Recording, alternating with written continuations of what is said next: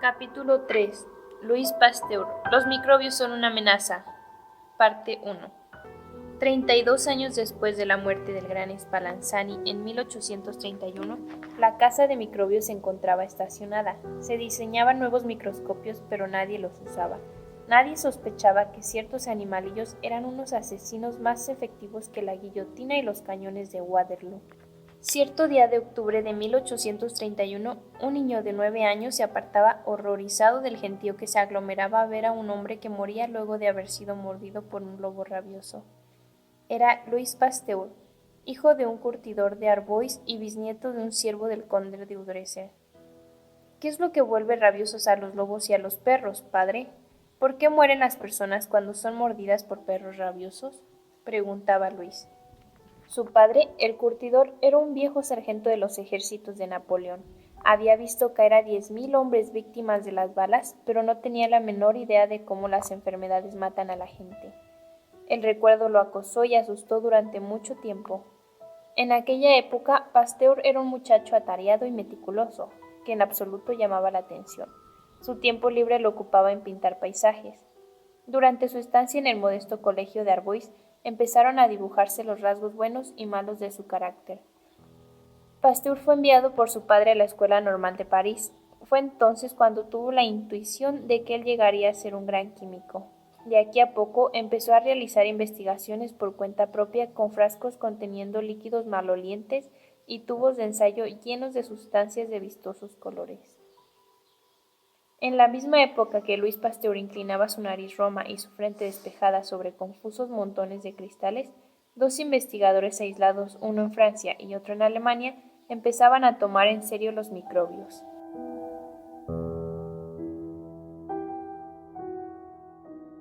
Parte 2. Cuando tenía 26 años, después de mucho examinar montones de diminutos cristales, descubrió que había 4 clases de ácido tartárico en lugar de 2. Un mes después, convertido Pasteur en colega de 3 sabios, fue nombrado profesor de Estrasburgo, donde contrajo nupcias con la hija del decano de la facultad. Siguió trabajando con los cristales, se metió en callejones sin salidas, hizo experimentos disparatados e increíbles. Trató de alterar la química de los seres vivos y trató de alterar las especies. Una vez establecido en Lila, los grandes industriales le dijeron que la ciencia pura estaba muy bien, pero que lo que ellos necesitaban, lo que la emprendedora ciudad de Lila precisaba ante todo, era una íntima cooperación entre la ciencia y la industria. Pasteur no se amedrentó.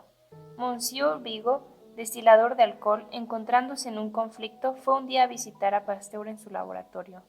«Tenemos dificultades con la fermentación, profesor», se lamentó. «Estamos perdiendo miles de frascos a diario. ¿Podría usted venir a la fábrica y sacarnos de este atolladero?» Agarró un frasco que contenía substancia procedente de una cuba enferma, lo olió, lo examinó con un lente de aumento, lo probó, introdujo en él tiras de papel azul que se volvieron rojas y por último puso una gota en el microscopio y observó. «¡Pero si aquí no hay fermentos!». Volvió a tomar el frasco y observando con detenimiento vio motitas grises. Con dificultad consiguió separar una y colocándola en una gota de agua pura la examinó al microscopio. Había sonado la hora de Pasteur. No encontró glóbulos de fermento, sino algo totalmente diferente, grandes masas móviles y enredadas de seres como bastoncitos. Ensayó poner algunas de las motas grises procedentes de las cubas enfermas en agua azucarada, pero se negaron a reproducirse en este medio, después de muchos fracasos y de un extraño medio de cultivo.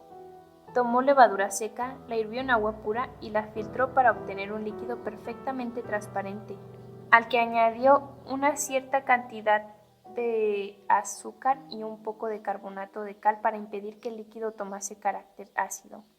Con la punta de una aguja muy fina, pescó después una motita gris en el líquido de una fermentación defectuosa y con todo cuidado la sembró en el nuevo caldo. Entonces Pasteur, con su carácter impaciente, no pudo contenerse más y dio cuenta al mundo entero de su descubrimiento. Dijo a Monsieur Bigot que aquellos bastoncitos eran la causa de las malas fermentaciones. Hizo público en su clase el descubrimiento que unos animalillos tan sumamente pequeños eran capaces de transformar el azúcar en ácido láctico, cosa que ningún hombre habría logrado hasta entonces.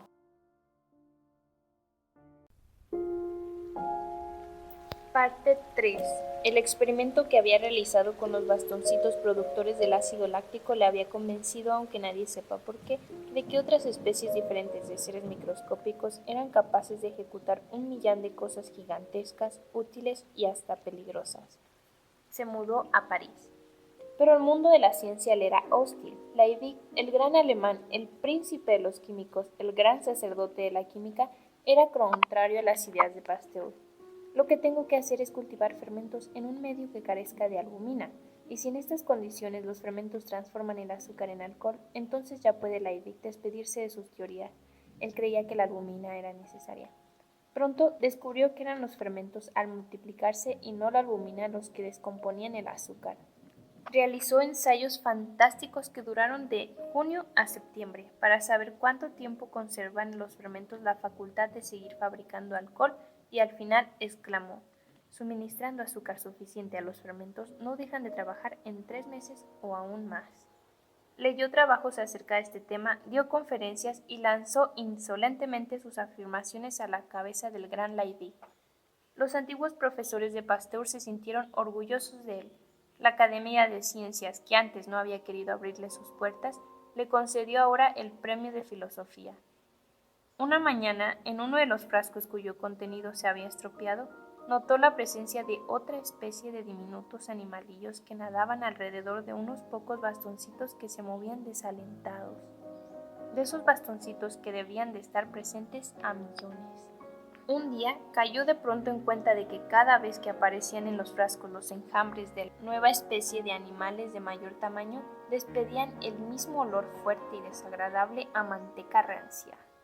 Y así demostró, en cierta forma, que estos bichos de nueva especie eran otra clase de fermentos que transformaban el azúcar en ácido butírico. También vio cómo los mataba el aire. Desgraciadamente, era este el tercer ejemplo y no el primero. El viejo Leeuwenhoek había visto la misma cosa 200 años antes y 100 años más tarde Spallanzani. Lo más probable es que Pasteur desconocía los descubrimientos de sus predecesores.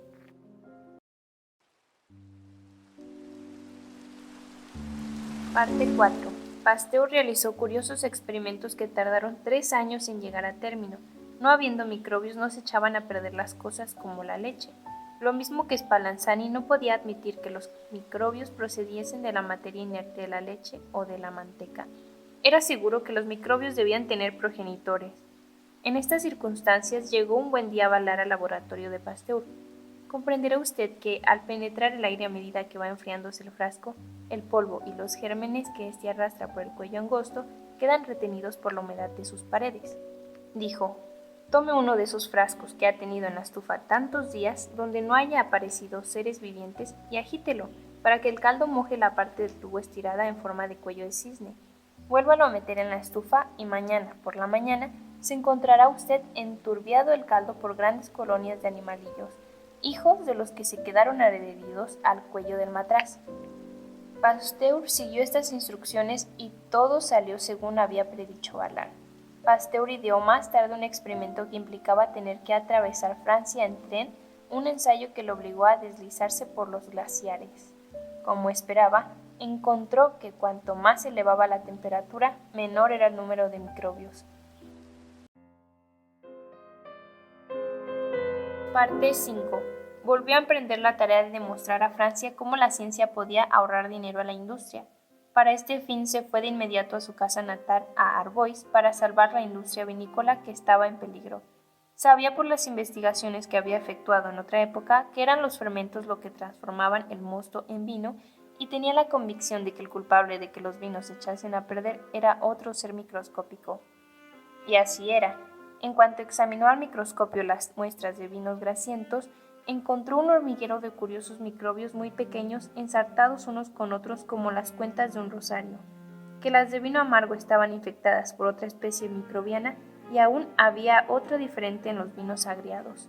Pasteur y Duclaus se pusieron a trabajar en un laboratorio improvisado y descubrieron que si una vez terminada la fermentación se calienta suavemente el vino bajo del punto de ebullición, morían todos los microbios que no desempeñaban papel alguno en el vino y se conservaba este sano. Todo el mundo conoce ahora este pequeño truco con el nombre de pasteurización. Cierto día de 1861, llegó su viejo profesor Dumas a pedirle que revisara los gusanos de seda. Los criadores de estos animalitos, disgustados ante la crasa ignorancia de Pasteur, le dijeron que la enfermedad que los mataba se llamaba pebrina. Tardó mucho tiempo en descubrir que los globulitos causantes de la pebrina procedían de fuera de los gusanos, no nacían en su interior, y emprendió largas peregrinaciones para enseñar a los campesinos la manera de preservar a los gusanos sanos de toda contaminación por las hojas manchadas por gusanos enfermos. En aquellos días sufrió un ataque de hemorragia cerebral que le puso a las puertas de la muerte, pero al enterarse de que habían sido suspendidas las obras de su nuevo laboratorio, se puso furioso y decidió seguir viviendo. Paralítico de un lado y en vez de retirarse, continuó su labor. 6 años estuvo luchando con las enfermedades de los gusanos de seda, y cuando parecía que lo había logrado, una nueva enfermedad brotó. Pero como ya conocía el terreno que pisaba, tardó poco en descubrir el microbio de la nueva plaga.